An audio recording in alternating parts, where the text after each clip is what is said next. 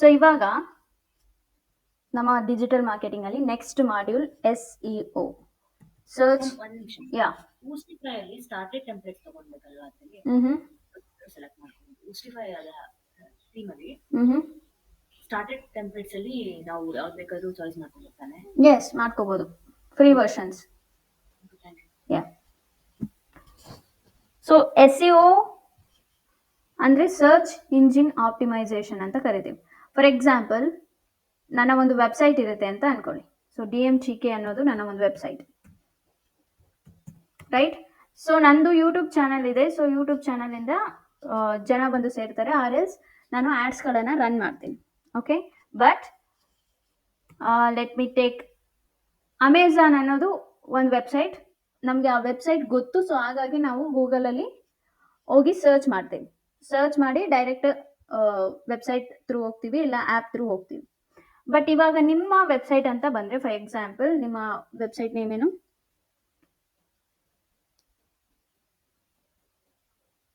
So let me take blog. ನಿಮ್ದೊಂದು blog website ಇದೆ ಅಂತ ಅನ್ಕೊಳ್ಳಿ. So blog.in. ನೀವು ಬ್ಲಾಗ್ಸ್ಗಳನ್ನ ಬರೀತಿರ್ತೀರ. ಅದು ಏನೇ ಟಾಪಿಕ್ ಆಗಿರ್ಬೋದು, ಫಾರ್ ಎಕ್ಸಾಂಪಲ್ ರಿಯಲ್ ಎಸ್ಟೇಟ್ ಆಗಿರ್ಬೋದು, ಅಥವಾ ಏನದಾದ್ರೂ ಆಗಿರ್ಬೋದು. ಅಥವಾ ನಿಮ್ದೊಂದು ಸರ್ವಿಸ್ ಬೇಸ್ಡ್ ವೆಬ್ಸೈಟ್ ಇದೆ ಅಂತ ಅನ್ಕೊಳ್ಳಿ. For example real estate related ನಿಮ್ದೊಂದು ವೆಬ್ಸೈಟ್ ಇದೆ ಅಂತ ಅನ್ಕೊಳ್ಳಿ, ರೈಟ್? ಸೊ ಅವಾಗ ಜನರು ಬಂದು ನಾರ್ಮಲಿ ಏನ್ ಮಾಡ್ತಾರೆ, ಗೂಗಲ್ ಅಲ್ಲಿ ಸರ್ಚ್ ಮಾಡ್ತಾರೆ. So for example real estate service in Bangalore ಅಂತ.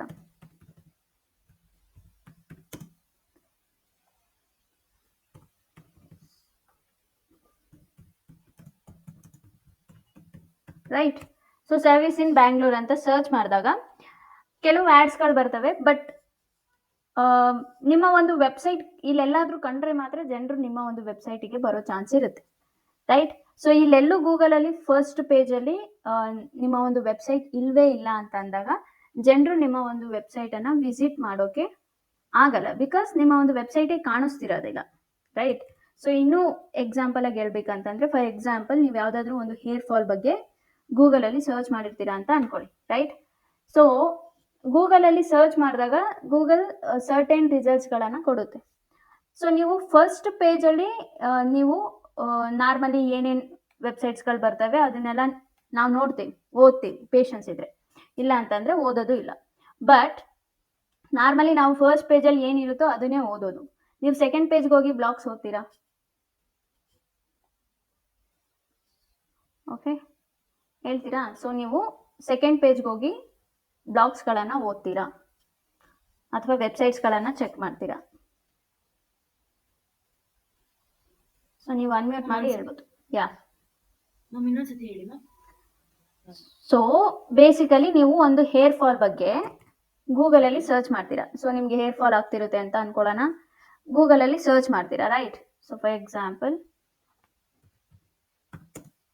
Hair fall tips. Okay, so search ಮಾಡಿದಾಗ ನಮಗೆ ಕೆಲವು ವೆಬ್ಸೈಟ್ಸ್ಗಳು ಬರ್ತವೆ. ಓಕೆ, ನೀವು ನೋಡಿದ್ರೆ ಕೆಲವು ವೆಬ್ಸೈಟ್ಸ್ಗಳು ಬರ್ತವೆ. ಸೊ ನಾರ್ಮಲಿ ನೀವು ಫಸ್ಟ್ ಪೇಜಲ್ಲೇ ತಾನೇ ನಾವು ಬ್ಲಾಗ್ಸ್ಗಳನ್ನು ಓದೋದು, ರೈಟ್? ಎಸ್. ನೀವು ಸೆಕೆಂಡ್ ಪೇಜ್ಗೆ ಹೋಗಿ ಬ್ಲಾಗ್ಸ್ಗಳನ್ನು ಓದ್ತೀರಾ? ಥರ್ಡ್ ಪೇಜ್ ಟ್ರೈ ಮಾಡಲ್ಲ. ಎಸ್.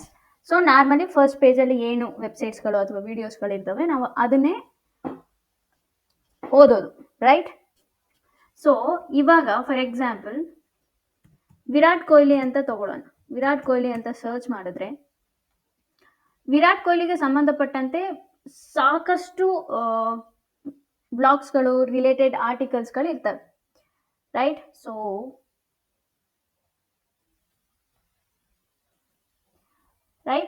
ಸೊ ವಿರಾಟ್ ಕೊಹ್ಲಿಗೆ ಸಂಬಂಧಪಟ್ಟಂತ ಸಾಕಷ್ಟು ಆರ್ಟಿಕಲ್ಸ್ಗಳಿರ್ತವೆ, ಬ್ಲಾಗ್ಸ್ಗಳಿರ್ತವೆ, ವಿಡಿಯೋಸ್ಗಳಿರ್ತವೆ, ಎಲ್ಲವೂ ಇರ್ತವೆ. ಸೊ ಇಲ್ಲಿ ನೀವು ಟೂಲ್ಸ್ ಮೇಲೆ ಕ್ಲಿಕ್ ಮಾಡಿದ್ರೆ ಇಲ್ಲಿ ನಿಮಗೆ ಅಬೌಟ್ ಅಂತ ಅಂದರೆ ಗೂಗಲ್ ಜಸ್ಟ್ 0.41 ಸೆಕೆಂಡ್ಗೆ ಎಷ್ಟು ರಿಸಲ್ಟ್ಸ್ಗಳನ್ನು ಡಿಸ್ಪ್ಲೇ ಮಾಡ್ತಿದೆ ಅನ್ನೋದನ್ನು ನೀವು ಇಲ್ಲಿ ನೋಡ್ಬೋದು. Nearly 6 crores something, right? So ಅಂತ ಅಂದರೆ almost 6 crores members Virat Kohli ಬಗ್ಗೆ ಬ್ಲಾಗ್ಸ್ಗಳನ್ನು ಅಥವಾ ಆರ್ಟಿಕಲ್ಸ್ಗಳನ್ನು ಬರೆದಿರ್ತಾರೆ.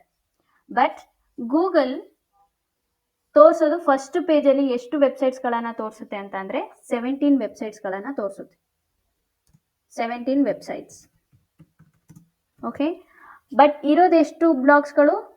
6,28,00,000 ಸಮಥಿಂಗ್ ಬ್ಲಾಗ್ಸ್ಗಳಿದ್ದಾವೆ. ಬಟ್ ಗೂಗಲ್ ತೋರಿಸೋದು ಫಸ್ಟ್ ಪೇಜಲ್ಲಿ ತೋರಿಸೋದು 17 ವೆಬ್ಸೈಟ್ಸ್ಗಳು ಮಾತ್ರ. ಸೊ ನಾರ್ಮಲಿ ನಾವು ಬರೆದಿರೋ ಎಲ್ಲ ಬ್ಲಾಗ್ಸ್ಗಳನ್ನು ಕೂಡ ಗೂಗಲ್ ಡಿಸ್ಪ್ಲೇ ಮಾಡಲ್ಲ. ಗೂಗಲ್ಗೆ ಯಾವುದು ಇಂಪ್ರೆಸಿವ್ ಆಗಿರುತ್ತೆ ಆ ಬ್ಲಾಗ್ಸ್ಗಳನ್ನು ಅಥವಾ ಆ ವೆಬ್ಸೈಟ್ಸ್ಗಳನ್ನು ಮಾತ್ರ ಗೂಗಲ್ ಫಸ್ಟ್ ಪೇಜಲ್ಲಿ ತರುತ್ತೆ, ಅದರ್ವೈಸ್ ತಗೋಬರಲ್ಲ. ಈ ಒಂದು ಪ್ರೋಸೆಸ್ಸನ್ನೇ ನಾವು ಸರ್ಚ್ ಇಂಜಿನ್ ಆಪ್ಟಿಮೈಸೇಷನ್ ಅಂತ ಕರಿತೀವಿ. ಅರ್ಥ ಆಯ್ತಾ ಅಥವಾ ಡೌಟ್ ಇದೆಯಾ?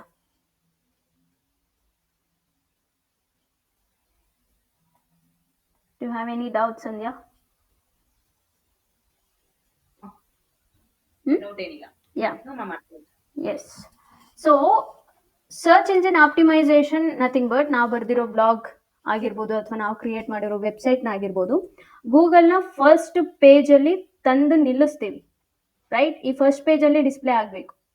ಬಟ್ ಫ್ರೀ ಆಫ್ ಕಾಸ್ಟಲ್ಲಿ, ಯಾವುದೇ ರೀತಿಯಾದಂಥ ಅಮೌಂಟ್ ಕೊಡದಿಲ್ದಂಗೆ ಫ್ರೀ ಆಫ್ ಕಾಸ್ಟಲ್ಲಿ ನಮ್ಮ ಒಂದು ವೆಬ್ಸೈಟ್ ಗೂಗಲಿನ ಫಸ್ಟ್ ಪೇಜಲ್ಲಿ ಬರಬೇಕು, ಡಿಸ್ಪ್ಲೇ ಆಗಬೇಕು. ಇದನ್ನೇ ನಾವು ಸರ್ಚ್ ಇಂಜಿನ್ ಆಪ್ಟಿಮೈಸೇಷನ್ ಅಂತ ಕರಿತೀವಿ. ಓಕೆ,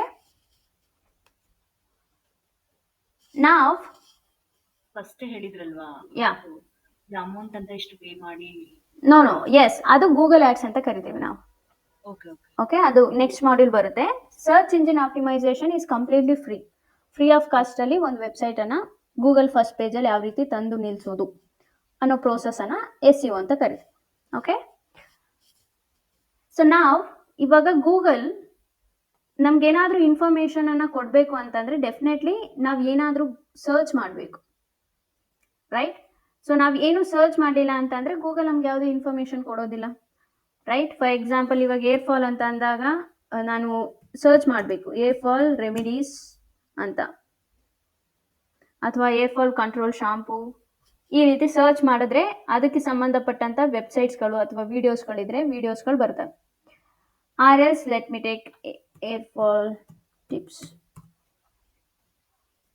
ಸೊ ಇಲ್ಲಿ ನೀವು ನೋಡಿದ್ರೆ ಕೆಲವು ವಿಡಿಯೋಸ್ಗಳು ಬರ್ತವೆ, ಬಟ್ ಕೆಲವು ವೆಬ್ಸೈಟ್ಸ್ಗಳು ಕೂಡ ಬರ್ತವೆ. ಸಿ, ಇವೆಲ್ಲವೂ ಕೂಡ SEO ರಿಸಲ್ಟ್ಸ್ ಅಂತಂದರೆ ಫ್ರೀ ಆಫ್ ಕಾಸ್ಟಲ್ಲಿ SEO ಮೂಲಕ ಅವರು ಅವರ ವೆಬ್ಸೈಟನ್ನು ಫಸ್ಟ್ ಪೇಜಲ್ಲಿ ಡಿಸ್ಪ್ಲೇ ಮಾಡೋ ಹಾಗೆ ಮಾಡಿರ್ತಾರೆ. ರೈಟ್, ಸೊ ನಾವು ಏನು ಗೂಗಲಲ್ಲಿ ಸರ್ಚ್ ಮಾಡ್ತೀವಿ ಅಲ್ವಾ, ಅದನ್ನು ನಾವು ಕೀವರ್ಡ್ಸ್ ಅಂತ ಕರಿತೀವಿ. ಸೊ ನೆನ್ಪಿಟ್ಕೊಳ್ಳಿ, ಕೀವರ್ಡ್ಸ್ ಅನ್ನೋದು ತುಂಬ ಇಂಪಾರ್ಟೆಂಟ್ ಆಗುತ್ತೆ SEOನ ಮಾಡಬೇಕಾದ್ರೆ. ರೈಟ್, ಸೊ ನಾವು ಗೂಗಲಲ್ಲಿ ಏನು ಸರ್ಚ್ ಮಾಡ್ತೀವಿ ಅಲ್ವಾ, ಅದನ್ನು ನಾವು ಕೀವರ್ಡ್ಸ್ ಅಂತ ಕರಿತೀವಿ. ಆ್ಯಂಡ್ ಅಗೇನ್ ಈ ಕೀವರ್ಡ್ಸಲ್ಲಿ ಕೂಡ 2 ಟೈಪ್ಸ್ ಆಫ್ ಕೀವರ್ಡ್ಸ್ ಬರ್ತವೆ. ಒಂದು long tail keyword,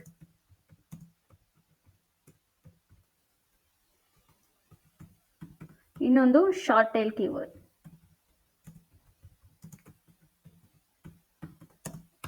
okay, long tail keyword in the sense 3 ಪದ ಅಥವಾ 2 ಪದ ಅಥವಾ 2 ಪದಕ್ಕಿಂತ ಜಾಸ್ತಿ ಇದ್ರೆ ಅವನ್ನ ನಾವು ಲಾಂಗ್ ಟೈಲ್ ಕೀವರ್ಡ್ ಅಂತ ಕರಿತೀವಿ.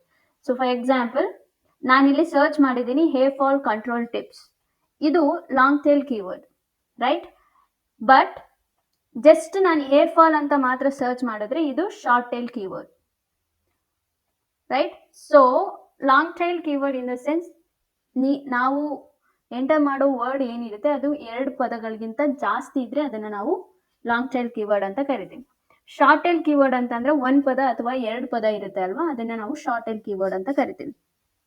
ರೈಟ್, ಸೊ ನಾವು ಗೂಗಲಲ್ಲಿ ಏನೇ ಸರ್ಚ್ ಮಾಡ್ತೀವಿ ಅಲ್ವಾ, ಅದನ್ನ ನಾವು ಕೀವರ್ಡ್ಸ್ ಅಂತ ಕರಿತೀವಿ. ನಾವು ಕೀವರ್ಡ್ಸ್ ಅನ್ನ ಸರ್ಚ್ ಮಾಡಿದಾಗ, for example hair control tips ಅಂತ ಸರ್ಚ್ ಮಾಡಿದಾಗ ವೆಬ್ಸೈಟ್ಸ್ಗಳು ಬರ್ತವೆ. ರೈಟ್, ಸೊ ಗೂಗಲ್ ಅದಕ್ಕೆ ರಿಲೇಟೆಡ್ ಆದಂಥ ಕೆಲವು ಇನ್ಫಾರ್ಮೇಷನನ್ನು ಅಥವಾ ಕೆಲವು ವೆಬ್ಸೈಟ್ಸ್ಗಳನ್ನು ನಮಗೆ ಡಿಸ್ಪ್ಲೇ ಮಾಡುತ್ತೆ. ಸೊ ಈ ಡಿಸ್ಪ್ಲೇ ಮಾಡೋ ಒಂದು ಪ್ಲೇಸ್ ಏನಿದೆ ಅಲ್ವಾ, ಸೊ ಈ ಫಸ್ಟ್ ಪೇಜ್ ಪ್ಲೇಸ್ ಏನಿದೆ ಅಲ್ವಾ, ಇದನ್ನು ನಾವು SERP ಅಂತ ಕರಿತೀವಿ. SERP in the sense search engine results page. Search engine results page ಅಂತ ಕರಿತೀವಿ, ಅಥವಾ ಶಾರ್ಟ್ ಫಾರ್ಮ್ ಅಲ್ಲಿ SERP ಅಂತ ಕೂಡ ಕರಿತೀವಿ. ಈ SCRPಗೆ ಒಂದು ಲೇಔಟ್ ಇದೆ. ಸೊ ಇದು ತಿಳ್ಕೊಳೋದು ತುಂಬ important.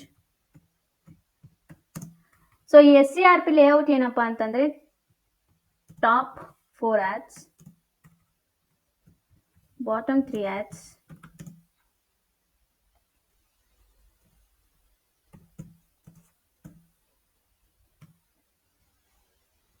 in between 10 organic results.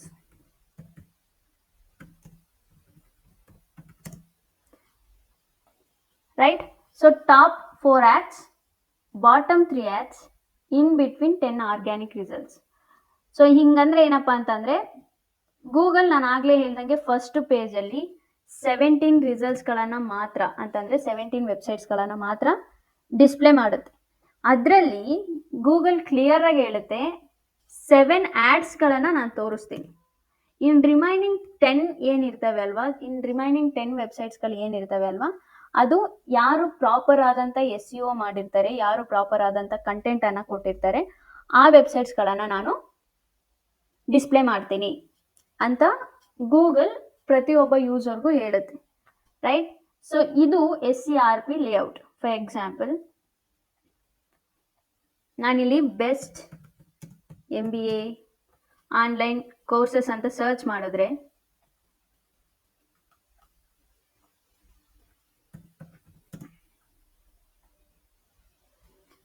Best MBA online courses ಅಂತ ಸರ್ಚ್ ಮಾಡಿದ್ರೆ ನೀವು ಇಲ್ಲಿ ನೋಡ್ಬೋದು ಸ್ಪಾನ್ಸರ್ಡ್ ಆ್ಯಂಡ್ ಸ್ಪಾನ್ಸರ್ಡ್ ಅಂತ ಇದೆ. ಸೊ ಅಗೇನ್ ನಾನು ಸ್ಕ್ರೋಲ್ ಡೌನ್ ಮಾಡಿದ್ರೆ ಕೆಳಗೆ ಕೂಡ ಇಲ್ಲಿ sponsored and sponsored. But again ನಾನು ಸ್ಕ್ರೋಲ್ ಮಾಡಿದ್ರೆ ಇಲ್ಲಿ ಯಾವುದೇ ರೀತಿಯಾದಂಥ ಸ್ಪಾನ್ಸರ್ಡ್ ಅನ್ನೋದು ಕಾಣಲ್ಲ. So for example financial times ಆಗಿರ್ಬೋದು, PWO ಲೈವ್ ಆಗಿರ್ಬೋದು, ಅಮ್ಯುನಿಟಿ ಆನ್ಲೈನ್ ಆಗಿರ್ಬೋದು, ಕಾಲೇಜ್ ವಿದ್ಯೆ ಆಗಿರ್ಬೋದು, ಇಲ್ಲೆಲ್ಲೂ ಕೂಡ ನಮಗೆ ಸ್ಪಾನ್ಸರ್ಡ್ ಅಂತ ತೋರಿಸಲ್ಲ. ಸ್ಪಾನ್ಸರ್ಡ್ ಇನ್ ದ ಸೆನ್ಸ್ ಅವರು ಗೂಗಲ್ಗೆ ಸರ್ಟೈನ್ ಆದಂಥ ಅಮೌಂಟನ್ನು ಕೊಟ್ಟು ಆ್ಯಡ್ಸ್ಗಳನ್ನು ರನ್ ಮಾಡ್ತಿರ್ತಾರೆ. ಈ ಆ್ಯಡ್ಸ್ಗಳನ್ನೇ ನಾವು ಗೂಗಲ್ ಆ್ಯಡ್ಸ್ ಅಂತ ಕರಿತೀವಿ. ಅದು ನಿಮಗೆ ಫ್ಯೂಚರ್ ಮಾಡಿಲ್ ಆಗಿರುತ್ತೆ. ಬಟ್ ಆ್ಯಸ್ ಆಫ್ ನಾವು SEO ಕಲಿತಿರೋದ್ರಿಂದ ಇದನ್ನೆಲ್ಲ ಇಗ್ನೋರ್ ಮಾಡಿ ಸೊ ದೆನ್ ಸ್ಕ್ರೋಲ್ ಮಾಡಿದ್ರೆ ಇಲ್ಲಿ ನೀವು ನೋಡ್ಬೋದು ಶಿಕ್ಷಾ ಆ್ಯಂಡ್ ಅಪ್ಗ್ರೇಡ್, ಕೋರ್ಸೆರಾ, ಸೊ ಸಾಕಷ್ಟು ವೆಬ್ಸೈಟ್ಸ್ಗಳು ಫ್ರೀ ಆಫ್ ಕಾಸ್ಟಲ್ಲೇ ಒಂದು ಗೂಗಲಿನ ಫಸ್ಟ್ ಪೇಜಲ್ಲಿ ಬಂದಿದೆ. ಸೊ ಈ ಆರ್ಗ್ಯಾನಿಕ್ ರಿಸಲ್ಟ್ಸ್ಗಳನ್ನೇ ನಾವು SEO ರಿಸಲ್ಟ್ಸ್ ಅಂತ ಕರಿತೀವಿ.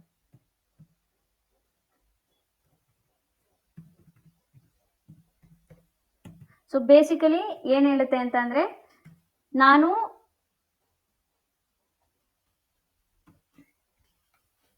ನನ್ನ ಒಂದು ಫಸ್ಟ್ ಪೇಜಲ್ಲಿ 17 ವೆಬ್ಸೈಟ್ಸ್ಗಳನ್ನು ತೋರಿಸ್ತೀನಿ. ಅದರಲ್ಲಿ 7 ಆ್ಯಡ್ಸ್ಗಳನ್ನು ನಾನು ತೋರಿಸ್ತೀನಿ. ಇನ್ ರಿಮೈನಿಂಗ್ 10 ವೆಬ್ಸೈಟ್ಸ್ಗಳು ಏನಿರ್ತವೆ, ನನಗೆ ಯಾರು ಇಂಪ್ರೆಸ್ ಮಾಡಿರ್ತಾರೆ ಆ ಒಂದು ವೆಬ್ಸೈಟ್ಸ್ಗಳನ್ನು ನಾನು ಫ್ರೀ ಆಫ್ ಕಾಸ್ಟಲ್ಲಿ ಗೂಗಲನ್ನು ಫಸ್ಟ್ ಪೇಜಲ್ಲಿ ತೋರಿಸ್ತೀನಿ ಅಂತ. ಸೊ ಬೇಸಿಕಲಿ ಏನಪ್ಪ ಅಂತಂದರೆ ಫಾರ್ ಎಕ್ಸಾಂಪಲ್ ಯಾವುದಾದ್ರೂ ಒಂದು ಗೌರ್ಮೆಂಟ್ ಆಫೀಸ್ಗೆ ಹೋದರೆ ನಾವು ಅಲ್ಲಿ ಇಷ್ಟು ಅಂತ ಅಮೌಂಟನ್ನು ಕೊಡ್ತೀವಿ. ರೈಟ್? ನಮ್ದೇನಾದರೂ ತುಂಬ ಬೇಗ ಕೆಲಸ ಆಗಬೇಕು ಅಂತಂದರೆ ಡೆಫಿನೆಟ್ಲಿ ಆಫೀಸರ್ಸ್ಗೆ ಇಷ್ಟು ಲಂಚ ಅಂತ ಕೊಡ್ತೀವಿ ನಾವು. ಅದೇ ರೀತಿ ಗೂಗಲ್ಲು ಅಷ್ಟೇ ನಮ್ಮ ಕಡೆಯಿಂದ ಅಮೌಂಟನ್ನು ತಗೊಂಡು 7 ವೆಬ್ಸೈಟ್ಸ್ಗಳನ್ನು ಗೂಗಲ್ ತನ್ನ ಒಂದು ಫಸ್ಟ್ ಪೇಜಲ್ಲಿ ತೋರಿಸುತ್ತೆ. ರೈಟ್? ಇನ್ ರಿಮೈನಿಂಗ್ 10 ವೆಬ್ಸೈಟ್ಸ್ ಏನಿದಾವೆ ಗೂಗಲ್ ಅದಕ್ಕೆ ಯಾವುದು ಇಷ್ಟ ಆಗುತ್ತೆ ಆ್ಯಂಡ್ ಬೆಟರ್ SEO ಯಾರು ಮಾಡಿರ್ತಾರೆ ಆ ಒಂದು ವೆಬ್ಸೈಟ್ಸ್ಗಳನ್ನು ಗೂಗಲ್ ತನ್ನ ಫಸ್ಟ್ ಪೇಜಲ್ಲಿ ತಾನು ಡಿಸ್ಪ್ಲೇ ಮಾಡುತ್ತೆ. ಸೊ ನಮಗೆ ಈ ಗೂಗಲ್ ಆ್ಯಡ್ಸ್ ಸದ್ಯಕ್ಕೆ ಬೇಡ. ರೈಟ್? ಈ 7 ಆ್ಯಡ್ಸ್ ಬಗ್ಗೆ ನಾವು ತಲೆ ಕೆಡಿಸ್ಕೊಡೋದು ಬೇಡ. ಈ 10 ರಿಸಲ್ಟ್ಸ್ಗಳು ಏನಿರ್ತವೆ, 10 ಆರ್ಗ್ಯಾನಿಕ್ ರಿಸಲ್ಟ್ಸ್, ಇದ್ರ ಬಗ್ಗೆ ನಾವು ಪರ್ಫೆಕ್ಟಾಗಿ SEOನ ಕಲಿಬೇಕು. ರೈಟ್? ಸೊ ಫಸ್ಟ್ ಯಾವ ರೀತಿ ಇತ್ತು ಅಂತಂದರೆ ಈ AI ಬರೋಕ್ಕಿಂತ ಮುಂಚೆ ಒಂದು ಸ್ಟ್ಯಾಂಡರ್ಡ್ ಆಫ್ SEO ನಡೀತಿತ್ತು. ಬಿಕಾಸ್ ಜಸ್ಟ್ ಗೂಗಲ್ ಮಾತ್ರ ನಾವು ಯೂಸ್ ಮಾಡ್ತಿದ್ವಿ. ಬಟ್ ಇವಾಗ ChatGPT ಬಂತು. ಸೊ ChatGPT ಬಂದಾಗ ಗೂಗಲ್ಗೆ ಎಲ್ಲೋ ಒಂದು ಕಡೆ ಅದು ಬಿಗ್ಗೆಸ್ಟ್ ಥ್ರೆಟ್ ಆಯಿತು ChatGPT ಅನ್ನೋದು. ಬಿಕಾಸ್ ChatGPT ಅನ್ನೋದು ಕೂಡ ಒಂದು ಸರ್ಚ್ ಇಂಜಿನ್ ಥರನೇ. ಸೊ ಅದಕ್ಕೆ ಗೂಗಲ್ ಏನು ಮಾಡ್ತು ಅಂತಂದರೆ ಗೂಗಲ್ AI ಅಂತ ತೊಗೊಂಬಂತು. ಸೊ ರೀಸೆಂಟ್ ಒಂದು 2 ಮಂತ್ಸಿಂದ ಗೂಗಲ್ AI ಅನ್ನೋದು ಕೂಡ ಬಂದಿದೆ. ಫಾರ್ ಎಕ್ಸಾಂಪಲ್ ನಾವಿಲ್ಲಿ best MBA courses online course ಅಂತ ಸರ್ಚ್ ಮಾಡಿದ್ರೆ ಇಲ್ಲಿ ನೀವು ನೋಡ್ಬೋದು AI over view, amenity universe so Jaipur symbolise centre distance learning. So ಈ AI ಓವರ್ವ್ಯೂ ಬಂದಾಗ್ಲಿಂದ ನಮಗೆ SEO ಸ್ವಲ್ಪ ಡಿಫಿಕಲ್ಟ್ ಆಯಿತು and at the same time ಕರೆಕ್ಟಾಗಿ ಮಾಡಿದ್ರೆ ತುಂಬ ಈಸಿಯಾಗಿ ಕೂಡ SEOನ ಮಾಡ್ಬೋದು. ಬಟ್ ಏನು ಡಿಫ್ರೆನ್ಸ್ ಇರುತ್ತೆ ಅಂತಂದರೆ ನೀವು ಯಾವ ರೀತಿ ಕಲಿತೀರಾ ಅನ್ನೋದು ತುಂಬ ಒಂದು ಥಿನ್ ಡಿಫ್ರೆನ್ಸನ್ನು ಇಲ್ಲಿ ಕ್ರಿಯೇಟ್ ಮಾಡುತ್ತೆ, right? So as of now any doubts Sandhya? ಅರ್ಥ ಆಯ್ತಾ? Yes ma'am. ಯಾ. ಸೊ ನಾವು ಏನೇ SEO ಮಾಡ್ತೀವಿ ಅಂತ ಅಂದರೂ ಕೂಡ, ಸೊ SEO ಫುಲ್ ಫಾರ್ಮ್ ಅಂದರೆ search engine optimisation. Search engine ಅಂತ ಅಂದರೆ ಅದು ಸಾಕಷ್ಟು ಸರ್ಚ್ ಇಂಜಿನ್ಗಳಿದ್ದಾವೆ. ಗೂಗಲ್ ಆಗಿರ್ಬೋದು, ಆ್ಯಂಡ್ ಯಾಹೂ ಆಗಿರ್ಬೋದು, ಬಿಂಗ್ ಆಗಿರ್ಬೋದು, ರೈಟ್? ಸೊ ಡಗ್ಗೋ, ಈ ರೀತಿ ಸಾಕಷ್ಟು ವೆಬ್ಸೈಟ್ಸ್ಗಳಿದ್ದಾವೆ. ಸೊ ಬೇಸಿಕಲಿ ಅದಕ್ಕೆ ಸರ್ಟೈನ್ ಕಂಟ್ರೀಸ್ಗಳಿಗೆ ಅದಕ್ಕೆ ಆದಂಥ ಬೇರೆ ಬೇರೆ ಸರ್ಚ್ ಇಂಜಿನ್ಸ್ಗಳಿದ್ದಾವೆ. ಬಟ್ ಇಂಡಿಯಾದಲ್ಲಿ ನಾವು ಗೂಗಲನ್ನೇ ಜಾಸ್ತಿ ಯೂಸ್ ಮಾಡೋದು. ಸೊ ಆಲ್ಮೋಸ್ಟ್ ಓವರ್ ಆಲ್ ವರ್ಲ್ಡಲ್ಲೇ ಗೂಗಲ್ನೇ ಜಾಸ್ತಿ ಯೂಸ್ ಮಾಡೋದು. ಕೆಲವು ಸರ್ಟೈನ್ ಕಂಟ್ರಿಗಳಲ್ಲಿ ತಂದೆ ಆದಂಥ ಕೆಲವು ಸರ್ಚ್ ಇಂಜಿನ್ಸ್ಗಳಿರ್ತವೆ. ಫಾರ್ ಎಕ್ಸಾಂಪಲ್ ಚೀನಾಗಂತ ಹೋದರೆ ಚೀನಾದವ್ರದ್ದು ಸಪ್ರೇಟ್ ಸರ್ಚ್ ಇಂಜಿನ್ ಇದೆ, ಅವ್ರು ಗೂಗಲ್ ಯೂಸ್ ಮಾಡಲ್ಲ. ಆ್ಯಂಡ್ ಥೈಲ್ಯಾಂಡ್ ಅಂತ ಬಂದಾಗ ಥೈಲ್ಯಾಂಡ್ ಅವರು ಗೂಗಲ್ನೇ ಯೂಸ್ ಮಾಡ್ತಾರೆ. ಸೊ ಸರ್ಟೈನ್ ಕೆಲವು ಕಂಟ್ರೀಸ್ಗಳಲ್ಲಿ ಅಷ್ಟೇ ಗೂಗಲ್ ಯೂಸ್ ಮಾಡಲ್ಲ, ಇನ್ನು ಆಲ್ಮೋಸ್ಟ್ ಎಲ್ಲ ಕಂಟ್ರೀಸ್ಗಳಲ್ಲೂ ಕೂಡ ಗೂಗಲ್ ಯೂಸ್ ಮಾಡ್ತಾರೆ. ಸೊ ನಾವು ಕೂಡ ಇಂಡಿಯಾದಲ್ಲಿ ಹೈಯೆಸ್ಟ್ ಯೂಸ್ ಮಾಡೋದು ಗೂಗಲ್ನೇ. ಆ್ಯಂಡ್ 99% ಪೀಪಲ್ ನಾವು ಗೂಗಲನ್ನು ಯೂಸ್ ಮಾಡ್ತೀವಿ. ಸೊ ಬಿಫೋರ್ ನಾವು SEO ಮಾಡೋಕ್ಕಿಂತ ಮುಂಚೆ ಒಂದು ಸರ್ಚ್ ಇಂಜಿನ್ ಯಾವ ರೀತಿ ವರ್ಕ್ ಆಗುತ್ತೆ ಅನ್ನೋದು ಕೂಡ ಕಲಿಬೇಕು. ಬಿಕಾಸ್ ಅದನ್ನು ಕಲಿತಾಗ ಮಾತ್ರ ನಮಗೆ SEO ಒಂದು ಪ್ರೋಸೆಸ್ ಅರ್ಥ ಆಗುತ್ತೆ, ರೈಟ್? ಸೊ ಇವತ್ತಿನ ಕ್ಲಾಸಲ್ಲಿ ಈ ಗೂಗಲ್ ಯಾವ ರೀತಿ ವರ್ಕ್ ಮಾಡುತ್ತೆ ಅನ್ನೋದನ್ನು ನಾವು ಕಲಿತೀವಿ. ಓಕೆ, ಸೊ ಈ ಗೂಗಲ್ ಏನು ಮಾಡುತ್ತಪ್ಪ ಅಂತಂದರೆ 4 ಸ್ಟೆಪ್ಸಲ್ಲಿ ವರ್ಕ್ ಆಗುತ್ತೆ. So first one is crawling.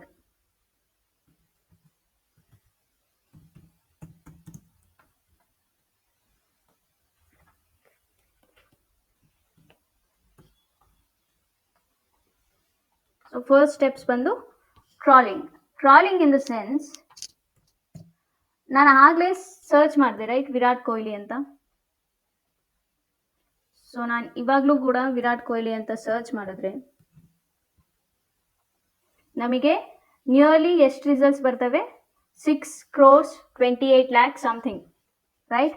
So 6,28,00,000 ವೆಬ್ಸೈಟ್ಸ್ಗಳು ಇದ್ದಾವೆ. ಸೊ ಆ ವೆಬ್ಸೈಟ್ಸ್ಗಳು ಎಲ್ಲವೂ ಕೂಡ ವಿರಾಟ್ ಕೊಹ್ಲಿ ಬಗ್ಗೆ ಡಿಸ್ಕಸ್ ಮಾಡಿರೋವಂಥವು. ಸೊ ಈ ಕ್ರಾಲಿಂಗ್ ಏನು ಮಾಡುತ್ತಪ್ಪ ಅಂತಂದರೆ ಗೂಗಲಲ್ಲಿ ಎಷ್ಟು ವೆಬ್ಸೈಟ್ಸ್ಗಳಿದಾವೋ ಆ ಎಲ್ಲ ವೆಬ್ಸೈಟ್ಸ್ಗಳಿಗೂ ಕೂಡ ಹೋಗುತ್ತೆ. ಆ್ಯಂಡ್ ಹೋಗಿ ಅಲ್ಲಿ ಏನು ಆ ಒಂದು ವೆಬ್ಸೈಟಲ್ಲಿ ಏನೇನು ಇನ್ಫಾರ್ಮೇಷನ್ ಇರುತ್ತೆ ಅಲ್ವಾ, ಅದನ್ನೆಲ್ಲ ಗ್ಯಾದರ್ ಮಾಡ್ಕೊಂಡು ಬರುತ್ತೆ. ಈ ಪ್ರೋಸೆಸ್ಸನ್ನೇ ನಾವು ಕ್ರಾಲಿಂಗ್ ಅಂತ ಕರಿತೀವಿ. So crawling nothing but collecting A data.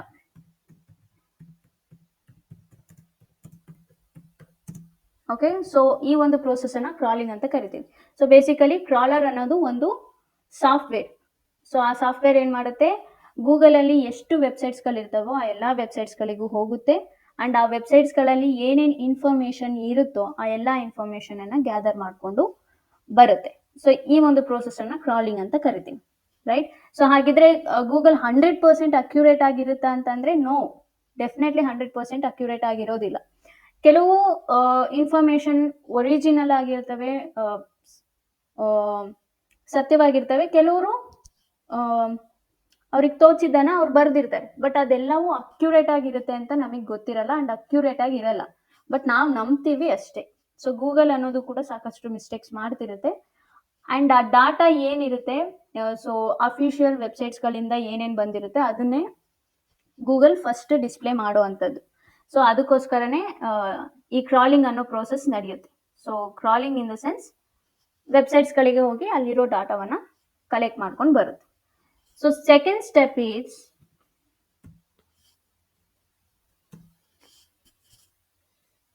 indexing, right? Indexing in the sense, for example, ನೀವೊಂದು ಹಾಸ್ಪಿಟಲಲ್ಲಿ ರಿಸೆಪ್ಷನಿಸ್ಟ್ ಆಗಿ ವರ್ಕ್ ಮಾಡ್ತಿರ್ತೀರಾ ಅಂತ ಅನ್ಕೊಳ್ಳಿ. ಓಕೆ, ಸೊ ನಿಮ್ಮ ನಿಮ್ಮ ಹಾಸ್ಪಿಟಲ್ ಓನರ್ ಏನಿರ್ತಾರೆ ಅವರು ನಿಮ್ಗೆ ಯಾವುದೇ ರೀತಿಯಾದಂಥ ಸಿಸ್ಟಮ್ ಕೊಟ್ಟಿರಲ್ಲ, ಏನೂ ಇರೋದಿಲ್ಲ. ಜಸ್ಟ್ ಒಂದು ಬುಕ್ಕು, ಒಂದು ಪೆನ್ ಕೊಟ್ಟಿರ್ತಾರೆ. ಸೊ ನೀವು ಆ ಬುಕ್ ಪೆನ್ನಲ್ಲೇ ಎಷ್ಟು ಜನ ಪೇಷಂಟ್ಸ್ಗಳು ಬರ್ತಾರೆ, ಎಷ್ಟು ಜನ ಟ್ರೀಟ್ಮೆಂಟ್ ತೊಗೊತಿದ್ದಾರೆ, ಆ್ಯಂಡ್ ಎಷ್ಟು ಜನ ಡಿಸ್ಚಾರ್ಜ್ ಆಗಿ ಹೋಗಿದ್ದಾರೆ, ಇದೆಲ್ಲವೂ ಕೂಡ ಆ ಬುಕ್ಕಲ್ಲೇ ನೀವು ಬರ್ಕೊಂಡಿರ್ಬೇಕು. ಆಲ್ ಆಫ್ ಸಡನ್ ಡಾಕ್ಟರ್ ಬಂದ್ಬಿಟ್ಟು ನಿಮ್ಮ ಹತ್ರ ಈ ರಮೇಶ್ ಅನ್ನೋ ಪೇಷಂಟ್ ಇನ್ಫಾರ್ಮೇಶನ್ ಕೊಡಿ ಅಂತ ಅಂದ್ರೆ ನಿಮ್ಗೆ ಎಷ್ಟು ಟೈಮ್ ಬೇಕಾಗುತ್ತೆ ಆ ರಮೇಶ್ ಅನ್ನೋ ಪೇಷಂಟ್ ಬಗ್ಗೆ ನೀವು ಡಾಕ್ಟರ್ಗೆ ಇನ್ಫಾರ್ಮ್ ಮಾಡೋ ಅಷ್ಟೊತ್ತಿಗೆ? ಹೇಳ್ತೀರಾ?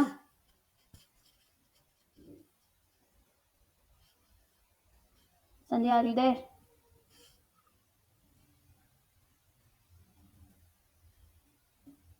ಸೊ ಅಗೈನ್ ನಾನು ಕ್ವಶನ್ ಕೇಳ್ತೀನಿ. ಒಂದು ಹಾಸ್ಪಿಟಲಲ್ಲಿ ನೀವು ಲೆಟ್ ಮೀ ಟೇಕ್ ರಿಸೆಪ್ಷನಿಸ್ಟ್ ಆಗಿ ವರ್ಕ್ ಮಾಡ್ತಿರ್ತೀರಾ ಅಂತ ಅನ್ಕೊಳ್ಳಿ, ರೈಟ್? ಆವಾಗ ನಿಮ್ಮ ಡಾಕ್ಟರ್ ಏನಿರ್ತಾರೆ ನಿಮ್ಗೆ ಯಾವುದೇ ರೀತಿಯಾದಂಥ ಒಂದು ಕಂಪ್ಯೂಟರ್ ಆಗಲಿ ಲ್ಯಾಪ್ಟಾಪ್ ಆಗಲಿ ಕೊಟ್ಟಿರಲ್ಲ. ಜಸ್ಟ್ ಒಂದು ಬುಕ್ಕು, ಒಂದು ಪೆನ್ನನ್ನು ಕೊಟ್ಟಿರ್ತಾರೆ, ರೈಟ್? ಸೊ ಆ ಬುಕ್ಕು ಪೆನ್ನನ್ನು ಯೂಸ್ ಮಾಡಿಕೊಂಡೆ ನೀವು ಎಷ್ಟು ಜನ ಪೇಷಂಟ್ಸ್ಗಳು ಬರ್ತಾರೆ, ಎಷ್ಟು ಜನ ಪೇಷಂಟ್ಸ್ಗಳು ಡಿಸ್ಚಾರ್ಜ್ ಆಗಿ ಹೋಗ್ತಾರೆ, ಇದೆಲ್ಲದನ್ನು ಕೂಡ ನೀವು ಬರೆದಿಟ್ಕೊಬೇಕು. So all of sudden doctor ಬಂದ್ಬಿಟ್ಟು ನನಗೆ ಈ ಸ್ಪೆಸಿಫಿಕ್ ವ್ಯಕ್ತಿ ಅಂತಂದ್ರೆ ಫಾರ್ ಎಕ್ಸಾಂಪಲ್ ರಮೇಶ್ ಅನ್ನೋ ವ್ಯಕ್ತಿಯ ಬಗ್ಗೆ ಇನ್ಫಾರ್ಮೇಶನ್ ಬೇಕು ಅಂತ ಕೇಳ್ತಾರೆ. ಆವಾಗ ನಿಮಗೆ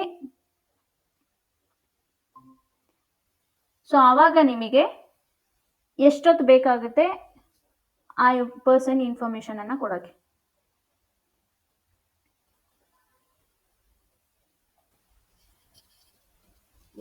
ಬೇಕಾಗುತ್ತೆ ಮ್ಯಾಮ್, ಅವ್ರ ಬಗ್ಗೆ ಇನ್ಫಾರ್ಮೇಶನ್ ತಗೊಳ್ಬೇಕಂದ್ರೆ ಟೈಮ್ ಬೇಕಾಗುತ್ತೆ.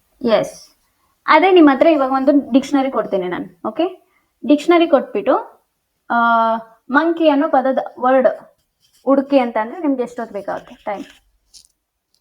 ತುಂಬಾ ಹೊತ್ತು ಬೇಕಾಗಲ್ಲ, ಯಾಕಂದ್ರೆ ಎಮ್ ಅನ್ನೋ ಒಂದು ಪ್ಲೇಸ್ ಇದೆ, ಅದು ಬೇಗ ಸರ್ಚ್ ಮಾಡ್ಕೊಂಡು.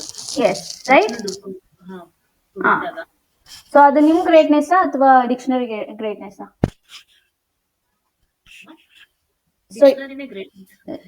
ಸೊ ಡಿಕ್ಷನರಿ, ಬಿಕಾಸ್ ಡಿಕ್ಷನರಿ ಆ ರೀತಿ ಡಿಸೈನ್ ಆಗಿರುತ್ತೆ, ರೈಟ್? ಸೊ ಅದೇ ನೀವು ರಿಸೆಪ್ಷನಿಸ್ಟ್ ಆಗಿ ವರ್ಕ್ ಮಾಡ್ತಿದ್ದಾಗ ನಿಮ್ಗೆ ಅಲ್ಲಿ ಮೇಂಟೈನ್ ಮಾಡೋಕೆ ಅಥವಾ ಆ ಡಾಟಾನ ಮೇಂಟೈನ್ ಮಾಡೋಕೆ ಯಾವುದೇ ರೀತಿಯಾದಂಥ ಟೆಕ್ನಾಲಜಿಯನ್ನ ನಿಮ್ಮ ಹಾಸ್ಪಿಟಲ್ ಅವರು ಕೊಟ್ಟಿರಲ್ಲ. ಜಸ್ಟ್ ಒಂದು ಬುಕ್, ಒಂದು ಪೆನ್ ಕೊಟ್ಟಿರ್ತಾರೆ. ಅಲ್ಲಿ ಯಾವುದೇ ರೀತಿ ನೀವು ಕ್ಯಾಟಗರಿ ವೈಸ್ ಆಗಿರಲಿ ಅಥವಾ ಇನಿಷಿಯಲ್ ವೈಸ್ ಆಗಿರಲಿ, ನೇಮ್ ವೈಸ್ ಆಗಿರಲಿ, ನೀವು ಡಾಟಾನ ಸ್ಟೋರ್ ಮಾಡಿರೋದಿಲ್ಲ. ಸೊ ಅದಕ್ಕೋಸ್ಕರ ನಿಮಗೆ ಅಲ್ಲಿ ಡಿಫಿಕಲ್ಟ್ ಆಗುತ್ತೆ ಒಂದು ಪರ್ಟಿಕ್ಯುಲರ್ ವ್ಯಕ್ತಿಯ ಇನ್ಫಾರ್ಮೇಶನ್ ಅನ್ನ ಕೊಡೋಕ್ಕೆ. But when it comes to dictionary, ಪಟ್ಟನಾಗ ನೀವು ಹೇಳ್ತೀರಾ, ಬಿಕಾಸ್ ಡಿಕ್ಷನರಿ ಆ ರೀತಿ ಡಿಸೈನ್ ಆಗಿರುತ್ತೆ, ಆಲ್ಫಾಬೆಟಿಕ್ ವೇ ಅಲ್ಲಿ ಈ ರೀತಿ ಡಿಸೈನ್ ಆಗಿರುತ್ತೆ, ರೈಟ್? ಸೊ ಇಂಡೆಕ್ಸಿಂಗ್ ಅಂದ್ರೂ ಅಷ್ಟೇ, ಗೂಗಲ್ ಏನು ಕ್ರಾಲ್ ಮಾಡಿರುತ್ತೆ ಅಂತಂದ್ರೆ ಏನೇನು ಇನ್ಫಾರ್ಮೇಶನ್ ಅನ್ನ ಕಲೆಕ್ಟ್ ಮಾಡಿರುತ್ತೆ ಅದೆಲ್ಲವುದನ್ನು ಕೂಡ ಕ್ಯಾಟಗರಿ ವೈಸ್ ಸ್ಟೋರ್ ಮಾಡ್ತಾ ಹೋಗುತ್ತೆ. ಈ ಒಂದು ಪ್ರೋಸೆಸ್ ಅನ್ನ ನಾವು ಇಂಡೆಕ್ಸಿಂಗ್ ಅಂತ ಕರಿತೀವಿ. ಫಾರ್ ಎಕ್ಸಾಂಪಲ್, ವಿರಾಟ್ ಕೊಹ್ಲಿ ಅಂತ ಸರ್ಚ್ ಮಾಡಿದ್ವಿ, ರೈಟ್? ಸೊ ವಿರಾಟ್ ಕೊಹ್ಲಿ ಅಂತ ಸರ್ಚ್ ಮಾಡಿದಾಗ ವಿತಿನ್ ಫ್ರಾಕ್ಷನ್ ಆಫ್ ಸೆಕೆಂಡ್ಸ್ ಅಲ್ಲಿ ನಮಗೆ ವಿರಾಟ್ ಕೊಹ್ಲಿ ಬಗ್ಗೆ ಇನ್ಫಾರ್ಮೇಶನ್ ಬಂತು. ಸೊ ನಮಗೆ ಇದು ತುಂಬಾ ಸಿಂಪಲ್ ಅಂತ ಅನ್ಸುತ್ತೆ, ಸೊ ಡಾಟಾ ಇದೆ ತೋರಿಸುತ್ತೆ ಅಂತ. ಬಟ್ ಗೂಗಲ್ ಎಷ್ಟು ಕ್ಯಾಟಗರಿ ವೈಸ್ ಅಲ್ಲಿ ವಿರಾಟ್ ಕೊಹ್ಲಿ ಅನ್ನೋ ಇನ್ಫಾರ್ಮೇಶನ್ ಅನ್ನ ಸ್ಟೋರ್ ಮಾಡಿರುತ್ತೆ. For example, so Virat Kohli ಅಂತ ನಾವೇನಾದ್ರೂ ಸರ್ಚ್ ಮಾಡಿದಾಗ ಗೂಗಲ್ ಸಾಕಷ್ಟು ಕ್ಯಾಟಗರಿ ವೈಸ್ ಅಲ್ಲಿ ಸ್ಟೋರ್ ಮಾಡಿ ಇಟ್ಟಿರುತ್ತೆ. ಫಾರ್ ಎಕ್ಸಾಂಪಲ್, ಸ್ಪೋರ್ಟ್ಸ್ ಅನ್ನೋದು ಒಂದು main category, right? So sports ಅನ್ನೋದು ಅಗೇನ್ ಎಷ್ಟು ಕ್ಯಾಟಗರಿ, ಸ್ಪೋರ್ಟ್ಸ್ ಅನ್ನೋದು ಕ್ರಿಕೆಟ್ ಒಂದೇ ಇರೋದಿಲ್ಲ, ಅಲ್ಲಿ ಬ್ಯಾಸ್ಕೆಟ್ ಬಾಲ್ ಇರುತ್ತೆ, ವಾಲಿಬಾಲ್ ಇರುತ್ತೆ, ಅಂಡ್ ಕ್ರಿಕೆಟ್ ಇರುತ್ತೆ, ಟೆನ್ನಿಸ್ ಇರುತ್ತೆ, ರೈಟ್? ಸೊ ಅಗೇನ್ ಈ ಸ್ಪೋರ್ಟ್ಸ್ ಅಲ್ಲಿ 2 ಕ್ಯಾಟಗರಿಯಾಗಿ ಗೂಗಲ್ ಡಿಸೈನ್ ಮಾಡಿರುತ್ತೆ. ಒಂದು indoor sports, outdoor sports. Indoor sports ಅಲ್ಲಿ ಯಾವ್ಯಾವ ಬರ್ತವೆ ಅದನ್ನೊಂದು ಲಿಸ್ಟ್ ಮಾಡಿಟ್ಟಿರುತ್ತೆ. ಔಟ್ಡೋರ್ ಸ್ಪೋರ್ಟ್ಸ್ ಅಲ್ಲಿ ಯಾವ್ಯಾವ ಬರ್ತವೆ ಅದನ್ನೊಂದು ಲಿಸ್ಟ್ ಮಾಡಿಟ್ಟಿರುತ್ತೆ, ರೈಟ್? ಅದಾದ್ಮೇಲೆ again for example outdoor sports ಅಲ್ಲಿ ಕ್ರಿಕೆಟ್ ಅಂತ ಬರುತ್ತೆ ಅಂತ ಅಂದಾಗ ಕ್ರಿಕೆಟ್ ಅಲ್ಲಿ ಎಷ್ಟು ಜನ ಪ್ಲೇಯರ್ಸ್ ಇರ್ತಾರೋ ಅಷ್ಟು ಜನ ಪ್ಲೇಯರ್ಸ್ನ ಒಂದು ಕ್ಯಾಟಗರಿಯಾಗಿ ಮಾಡುತ್ತೆ. ಆಫ್ಟರ್ ದಟ್ ಆ ಎಲ್ಲ ಕ್ರಿಕೆಟರ್ಸು ಕೂಡ ಯಾವ್ಯಾವ ಕಂಟ್ರಿಗೆ ಸೇರಿದವರು ಅನ್ನೋದನ್ನ ಕ್ಯಾಟಗರಿ ಮಾಡಿರುತ್ತೆ. ಸೊ ಅದಾದ್ಮೇಲೆ ಯಾವ್ಯಾವ ಕಂಟ್ರಿಯಲ್ಲಿ ಅಗೇನ್ ಯಾವ್ಯಾವ ಪ್ಲೇಯರ್ಸ್ ಬರ್ತಾರೆ ಅನ್ನೋದು ಒಂದು ಕ್ಯಾಟಗರಿ ಮಾಡಿರುತ್ತೆ. ರೈಟ್. ಸೊ ಈ ರೀತಿ ಸಾಕಷ್ಟು ಲೇಯರ್ಸ್ ಅಲ್ಲಿ ಗೂಗಲ್ ಇಂಡೆಕ್ಸ್ ಅನ್ನ ಮಾಡ್ತಾ ಹೋಗುತ್ತೆ. ಸೊ ಜಸ್ಟ್ ಲೈಕ್ ಡಿಕ್ಷನರಿ ಯಾವ ರೀತಿ ಆಲ್ಫಾಬೆಟಿಕ್ ವೇ ಅಲ್ಲಿ ಒಂದು ಡಿಸಿಪ್ಲಿನ್ಡ್ ವೇ ಅಲ್ಲಿ ಡಿಕ್ಷನರಿ ಡಿಸೈನ್ ಆಗಿರುತ್ತೋ ಅದೇ ರೀತಿ ಗೂಗಲ್ಲು ಕೂಡ ಕ್ರಾಲ್ ಮಾಡಿರೋ ಒಂದು ಡಾಟಾವನ್ನ ಅಥವಾ ಒಂದು ಇನ್ಫಾರ್ಮೇಶನ್ ಅನ್ನ ಜಸ್ಟ್ ಲೈಕ್ ಡಿಕ್ಷನರಿ ತರ ಅದು ಕೂಡ ಡಿಸಿಪ್ಲಿನ್ಡ್ ವೇ ಅಲ್ಲಿ ಇಂಡೆಕ್ಸ್ ಮಾಡ್ತಾ ಬರುತ್ತೆ, ರೈಟ್. ಸೊ ಈ ಒಂದು ಪ್ರೋಸೆಸ್ ಅನ್ನ ನಾವು ಇಂಡೆಕ್ಸಿಂಗ್ ಅಂತ ಕರಿತೀವಿ. Indexing nothing but store data as per the category. So ಈ ಒಂದು ಪ್ರೋಸೆಸ್ ಅನ್ನ ನಾವು ಇಂಡೆಕ್ಸಿಂಗ್ ಅಂತ ಕರಿತೀವಿ. ಸೊ ಥರ್ಡ್ ಆಪ್ಷನ್ ಬಂದು ಕ್ಯಾಲ್ಕುಲೇಟಿಂಗ್ ರಿಲೆವೆನ್ಸಿ.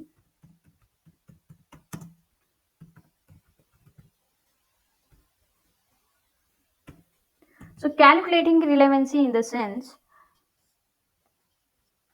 ನಾವು ವಿರಾಟ್ ಕೊಹ್ಲಿ ಅಂತ ಸರ್ಚ್ ಮಾಡಿದಾಗ ಇಲ್ಲಿ 6 crores ಸಮಥಿಂಗ್ ರಿಸಲ್ಟ್ಸ್ಗಳು ಬಂದವು. ಆ 6 crores ವೆಬ್ಸೈಟ್ಸ್ಗಳನ್ನು ಗೂಗಲ್ ಒಂದೇ ಪೇಜಲ್ಲಿ ಡಿಸ್ಪ್ಲೇ ಮಾಡ್ಬೋದಲ್ವಾ, ಬಟ್ ಡಿಸ್ಪ್ಲೇ ಮಾಡಲ್ಲ. ವೈ? ಏನಕ್ಕಿರ್ಬೋದು?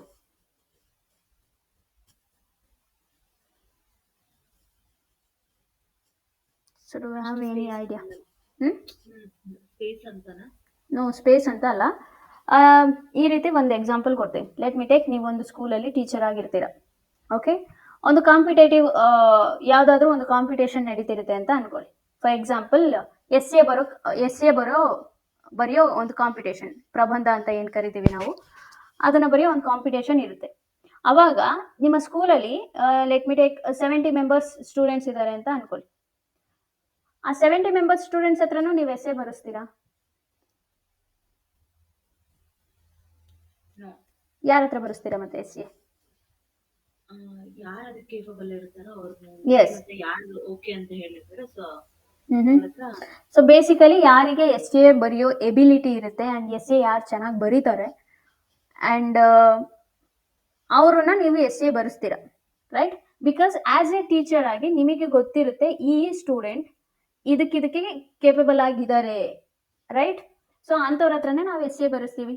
ಅದೇ ರೀತಿ ಇಲ್ಲೂ ಕೂಡ ಗೂಗಲ್ 6 crores ಮೆಂಬರ್ಸ್ ಒಂದು ಬ್ಲಾಗ್ ಬರೆದಿದ್ದಾರೆ ಅಂದ ಮಾತ್ರಕ್ಕೆ ಆ 6 crores ಮೆಂಬರ್ಸ್ ಅನ್ನು ಗೂಗಲ್ ವೆಬ್ಸೈಟ್ಸ್ಗಳನ್ನ ಡಿಸ್ಪ್ಲೇ ಮಾಡಲ್ಲ. ಸೊ ಗೂಗಲ್ಗೆ ಯಾರು ಇಂಪ್ರೆಸ್ ಮಾಡಿರ್ತಾರೆ, ಗೂಗಲ್ ಯಾವ ಒಂದು ವೆಬ್ಸೈಟ್ ಅನ್ನ ನೋಡಿ ಇಂಪ್ರೆಸ್ ಆಗಿರುತ್ತೆ, ಆ ಒಂದು ವೆಬ್ಸೈಟ್ ಅನ್ನೇ ಗೂಗಲ್ ತನ್ನ 10 ಆರ್ಗ್ಯಾನಿಕ್ ಸ್ಪೇಸ್ ಏನಿರುತ್ತೆ ಅಲ್ಲಿ ಡಿಸ್ಪ್ಲೇ ಮಾಡುತ್ತೆ. ಸೊ ಅಗೇನ್ ಡಿಸ್ಪ್ಲೇ ಮಾಡಬೇಕು ಅಂತ ಅಂದರೆ ಇಟ್ಸ್ ನಾಟ್ ಲೈಕ್ ನೀನೇನೋ ಬರ್ದಿದ್ಯಾ ನಾನು ಡಿಸ್ಪ್ಲೇ ಮಾಡಿಬಿಡ್ತೀನಿ ಅನ್ನೋ ಥರ ಏನಿರೋದಿಲ್ಲ. ಸೊ ಆಲ್ಮೋಸ್ಟ್ ಒಂದು 400 ಫ್ಯಾಕ್ಟರ್ಸ್ಗಳನ್ನು ಚೆಕ್ ಮಾಡಿ ಕ್ಯಾಲ್ಕುಲೇಟ್ ಮಾಡಿ, ಸೊ ಈ ಒಂದು ಪರ್ಸನ್ ಎಲಿಜಿಬಲ್ಲಾ ನನ್ನ ಒಂದು ಗೂಗಲ್ ಫಸ್ಟ್ ಪೇಜಲ್ಲಿ ಇರೋಕೆ ಅಂತ ಗೂಗಲ್ ಡಿಸೈಡ್ ಮಾಡಿ ಆ ಒಂದು ಬ್ಲಾಗನ್ನು ಡಿಸ್ಪ್ಲೇ ಮಾಡುತ್ತೆ. ಸೊ ಈ ಒಂದು ಪ್ರೋಸೆಸ್ಸನ್ನು ನಾವು ಕ್ಯಾಲ್ಕುಲೇಟಿಂಗ್ ರಿಲೆವೆನ್ಸಿ ಅಂತ ಕರಿತೀವಿ. ಸೊ ಫೋರ್ತ್ ಸ್ಟೆಪ್ ಬಂದು retrieving results.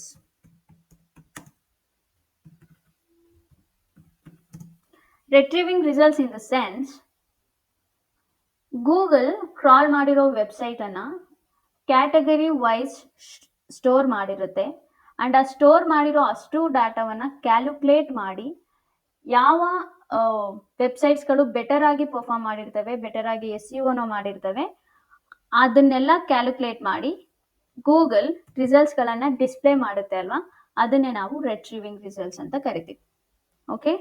ಸೊ ಈ 4 ಸ್ಟೆಪ್ಸಲ್ಲಿ ಗೂಗಲ್ ವರ್ಕ್ ಮಾಡುತ್ತೆ. ಬಿಕಾಸ್ ಈ 4 ಸ್ಟೆಪ್ಸ್ ವರ್ಕ್ ಮಾಡೋದನ್ನು ಕಲ್ತ್ರೆ ಮಾತ್ರ ನಾವು ಬೆಟರ್ SEO ಮಾಡೋಕ್ಕಾಗೋದು. ಸೊ ಬಿಕಾಸ್ ಇವಾಗ AI ಕೂಡ ಬಂದಿರೋದ್ರಿಂದ ಬಿಟ್ ಚಾಲೆಂಜಿಂಗ್ ಆಗೇ ಇರುತ್ತೆ SEO ಅನ್ನೋದು. ಸೊ ಅದಕ್ಕೋಸ್ಕರ ಇದೆಲ್ಲವನ್ನು ನೀವು ತಿಳ್ಕೊಬೇಕು. So as of now any doubts? 3-4 ಇನ್ನೊಂದ್ಸತಿ ಹೇಳಿ. So 3-4 calculating relevancy, right.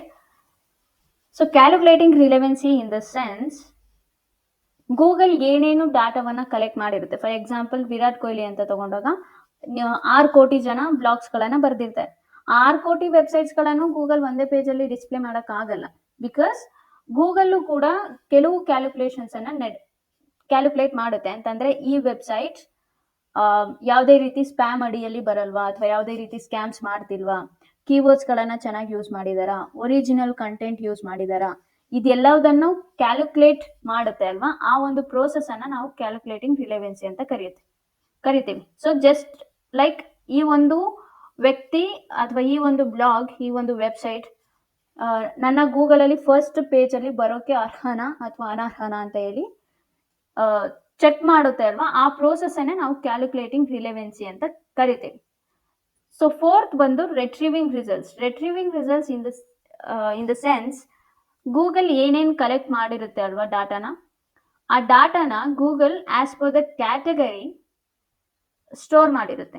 After that ಆ ಸ್ಟೋರ್ ಮಾಡಿರೋ ಡಾಟಾನೆಲ್ಲ ಕ್ಯಾಲ್ಕುಲೇಟ್ ಮಾಡಿ ಗೂಗಲಿನ ಫಸ್ಟ್ ಪೇಜಲ್ಲಿ ರಿಸಲ್ಟನ್ನು ಶೋ ಮಾಡುತ್ತೆ ಅಲ್ವಾ, ಅದನ್ನೇ ನಾವು ರೆಟ್ರೀವಿಂಗ್ ರಿಸಲ್ಟ್ಸ್ ಅಂತ ಕರಿತೀವಿ. ಅರ್ಥ ಆಯ್ತಾ? Any doubts? ಎಸ್. ಸೊ ನಾವು ನೀವು ನ್ಯೂಸ್ ಪೇಪರ್ ಓದ್ತೀರಾ? ಓಕೆ. ಸೊ ಜಸ್ಟ್ ಇಮ್ಯಾಜಿನ್, ಮುಂಚೆ ಓದ್ತಿದ್ರಿ ಬಟ್ ನೀವು ಓದಿದ್ದೀರಾ ನ್ಯೂಸ್ ಪೇಪರ್, ರೈಟ್?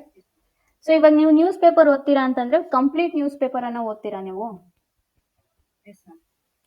ಅಂತಂದ್ರೆ ಕಂಪ್ಲೀಟ್ ವರ್ಡ್ ಬೈ ವರ್ಡ್ ಓದ್ತೀರಾ? ಅದು ಏನೇ ಹೆಡ್ಲೈನ್ಸ್ ಇದೆ ಜಸ್ಟ್ ಅದನ್ನ ಮಾತ್ರ ಓದ್ತಿದ್ದೆ.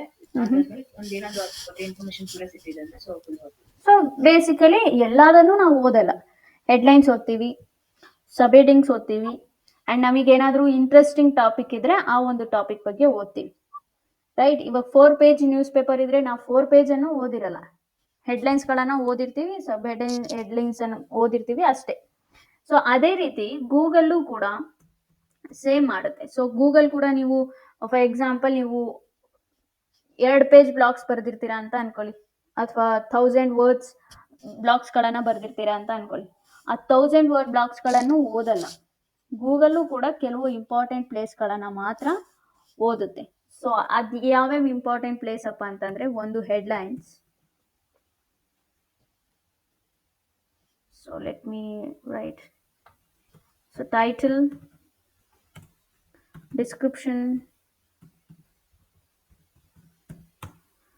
H1, 2, H6 headings, file name, links,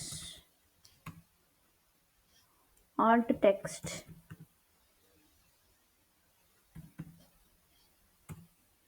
bold and italics.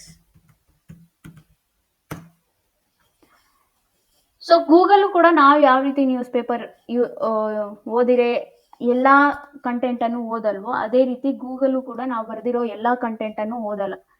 ಇಷ್ಟು ಇಂಪಾರ್ಟೆಂಟ್ ಪ್ಲೇಸ್ಗಳನ್ನು ಮಾತ್ರನೇ ಗೂಗಲ್ ಓದೋದು.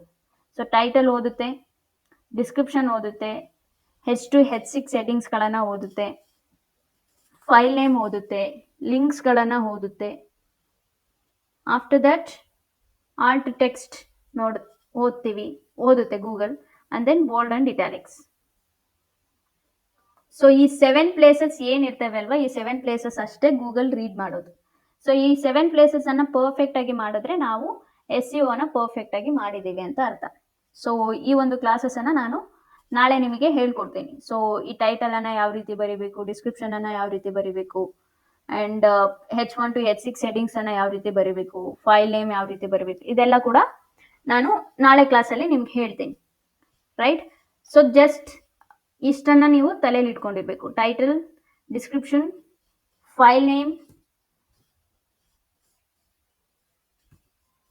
Links, alt text, bold and italics, and H1 to H6 headings. So ಇಷ್ಟು ಪ್ಲೇಸನ್ನು ಮಾತ್ರನೇ ಗೂಗಲ್ ಓದೋದು. ನಾವು 2 ಪೇಜ್ ಆರ್ಟಿಕಲ್ಸ್ ಬರ್ದಿದ್ದೀವಿ, 2 ಪೇಜ್ ಬ್ಲಾಗ್ಸ್ ಬರ್ದಿದ್ದೀವಿ ಅಂದ ಮಾತ್ರಕ್ಕೆ ಎಲ್ಲಾನು ಓದಲ್ಲ. 1 ಸೆಕೆಂಡ್. ಸೊ ಇದಿಷ್ಟು SEO first class, right? Any doubts? Yeah. So ಈ ಎಲ್ಲ ಪ್ಲೇಸ್ಗಳನ್ನು ನಾವು ಏನ್ರು ಯೂಸ್ ಪ್ರಕಾರ ನಾವು ಮಾಡಬೇಕು ಅಂತಂದರೆ ಕೀವರ್ಡ್ಸ್ಗಳನ್ನು ನಾವು ಯೂಸ್ ಮಾಡಲೇಬೇಕು. ಬಟ್ ಫಸ್ಟ್ ನಾವು ಯೂಸ್ ಮಾಡ್ತಿದ್ದಾಗ ಕೀವರ್ಡ್ಸ್ ಅನ್ನೋದು ಮ್ಯಾಂಡೇಟ್ರಿ ಆಗಿತ್ತು. ಬಟ್ ಇವಾಗ AI ಬಂದಿರೋದ್ರಿಂದ ಸ್ವಲ್ಪ ಬಿಟ್ ಚೇಂಜ್ ಆಗಿದೆ, ಬಟ್ ಸಿಮಿಲರ್ SEOನೇ ಇರುತ್ತೆ. ಅದನ್ನು ನಾನು ನಿಮಗೆ ನಾಳೆ ಕ್ಲಾಸಲ್ಲಿ ಹೇಳ್ತೀನಿ. ಓಕೆ, ಸೊ ಈ ಕೀವರ್ಡ್ಸ್ಗೂ ಕೂಡ ಅದರದೇ ಆದಂಥ ಒಂದು ರಿಸರ್ಚ್ ಟೆಕ್ನಿಕ್ಸ್ಗಳಿದ್ದಾವೆ, ಅದನ್ನು ಕೂಡ ನಾನು ನಾಳೆ ಕ್ಲಾಸಲ್ಲಿ ನಿಮ್ಗೆ ಹೇಳ್ತೀನಿ. ಓಕೆ, ಚಲೋ ದೆನ್, ಥ್ಯಾಂಕ್ ಯು ಸಂಜಯ್.